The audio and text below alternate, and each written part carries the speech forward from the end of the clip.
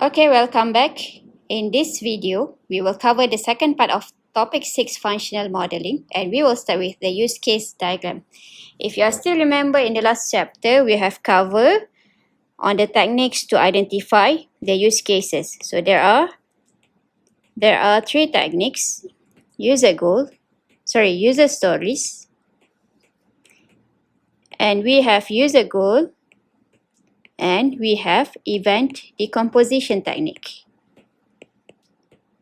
So after we have identified our use cases, then we need to put our use case into use case diagram. Why do we need to have this use case diagram? To make it easier for us to track what are the functionalities that will be included in our system. Okay, what is a use case diagram?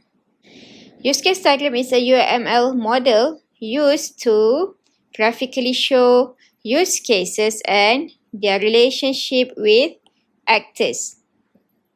So what is UML? UML is the Unified Modeling Language, the standard for diagrams and terminology for developing information system.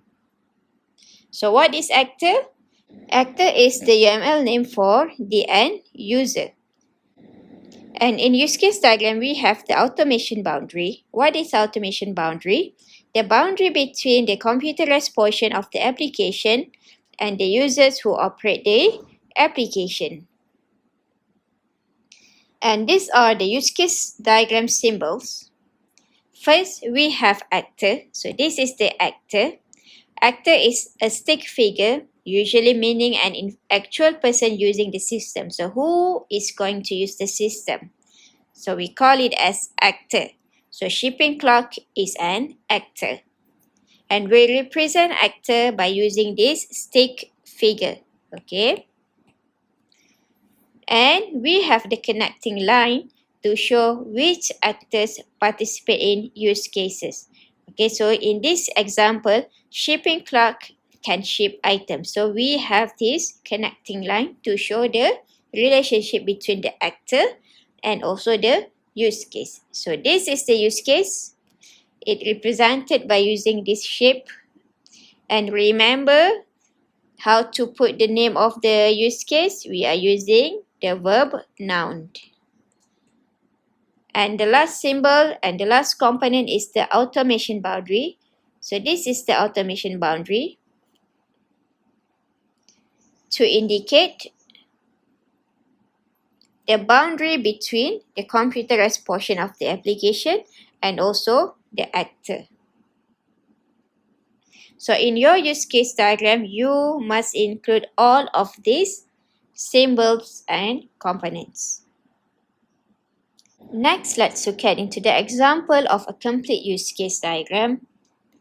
In this use case, we have four actors: customer service representative, store sales representative, and also the management. And we have the connecting line, we have the automation boundary, and we have an additional component, that is the system name. Okay, so you must write your the system name. Okay, so in this example, customer can create or update customer account. Customer can request friend link up. Customer can reply to friend link up. Customer can view mountain bugs. Customer can browse messages, send message, transfer, send or receive points. For customer representative, they can only create and update customer account. For store sales representative also can only create or update customer account. For management, they can process account adjustment. So this is how to draw your use case diagram. This diagram can be improved by applying some best practices where we are strongly suggested to create another use case for different process. Look here. Okay, we have create / update customer account. So in best practice, we need to separate the use case Okay, create customer account. And another use case is update customer account. Same goes to send receive points. So it is advisable for you to separate the use case into two: send points and also receive points. So this is the example of use case diagram for one system. Okay, next, if you want to separate the other actors from your use case diagram, then we can draw for actors such as customer. Okay, in this example, for sales subsystem, customer can search for item, view product comment, view accessory combination, fill shopping cart, empty shopping cart, fill reserve cart, and etc. And this is another example of the use case diagram with different actors that are customer service representative and also store sales representative. Okay, in use case diagram, there is a relationship, we call it as includes. So what is includes?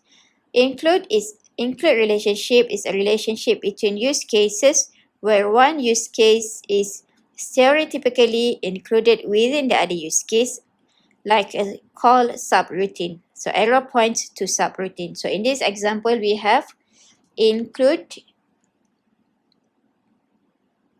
relationship between fill shopping cart to search for item. So what does it mean? When customer want to fill the shopping cart, they must search for item. They will view the product comments and ratings and view accessory combination. Then only this use case can be completed. So that is include relationship. How to draw the use case diagram. So these are the steps. First, you need to identify all the stakeholders and users who would benefit by seeing a use case diagram. Okay, identify the stakeholders. Second, determine what each stakeholder or user needs to review in a use case diagram. Each subsystem for each type of user for use cases that are of interest. Third, for each potential communication need, select the use cases and actors to show and draw the use case diagram. And lastly, we need to carefully name our use case diagram and then note how and when the diagram should be used to review use cases with stakeholders and users. So after we have developed our use case diagram, we must review it and finalize it with our stakeholders. Next, let's look into the brief use case description. So we have our use case. Now we can develop our brief use case description. What is brief use case description? It is a sentence. Usually we will write it in one sentence to show the main steps in a use case. So for example, the use case name is customer create account. Create customer account.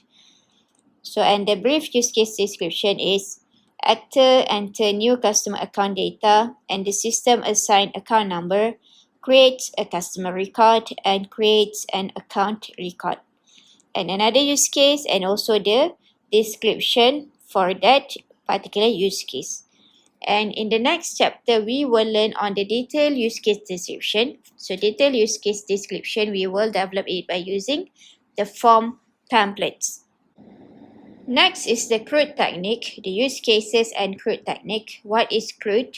CRUD is create, read or report, update, and delete or archive. Often introduced in database context. So the purpose of the CRUD technique is to validate, refine, and cross-check use cases. And CRUD technique is not primarily identifying use cases. So to identify use cases, we use the user stories in the previous video. Okay, user goal, and also the event decomposition technique. Okay, so this is to identify use case. To validate, we will use the CRUD technique. Okay, in this example, it shows on how can we validate and verify our use cases. Okay, for example, we have defined our domain class that is customer. And then we must check the customer must have all these four: create, read, update, and delete. And then from this CRUD, what are the verified use case? Okay, so create, we create customer account. For read, we will look up for customer and we will produce customer usage report. Update, process account adjustment, update customer account.